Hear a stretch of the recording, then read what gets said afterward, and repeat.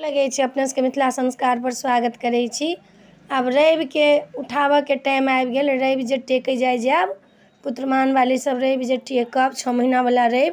आब तऽ 6 महीना लोग एक एकटा के रवि कऽ लै छी। भऽ जाइ छै पहिले अनूना करै छलैया, एक संझा करै छलैया। आब एकेटा 6टा रवि लोग कऽ लेलक। भरि महीना में एकटा रवि एकटा मंगल आ भऽ गेल। रवि अहाँके 27 नवम्बर के उठि रहल ये। आब जे 27 नवम्बर अबिये तही के उठि रहल ये। आ 28 नवम्बर के विवाह पंचमी है। जानकी जी के जे विवाह होइ छनि से विवाह पंचमी। आर 27 के रवि उठत, चौठी तीथ पड़िया शुक्ल पक्ष के चौठ तीथ ये। और 28 के अहाँ के विवाह पंचमी है।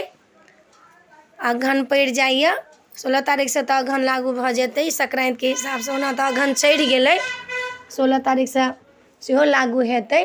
तो अपने सबके कही देलहुँ हँ जे 27 तारीख के रवि उठत और 28 के विवाह पंचमी है। तो वीडियो में आइए, अपने सबके नीक लागत तो चैनल सब्सक्राइब करब, लाइक करब, कह के नहीं बिसरब। जय मिथिला, जय माता जी। और एकटा बात, अपना मनमाना आब लोग करऽ लगलै। जहिए मन होइ छै तहिए करै छै। तऽ आब हमरा सबके तऽ कह के फर्ज है।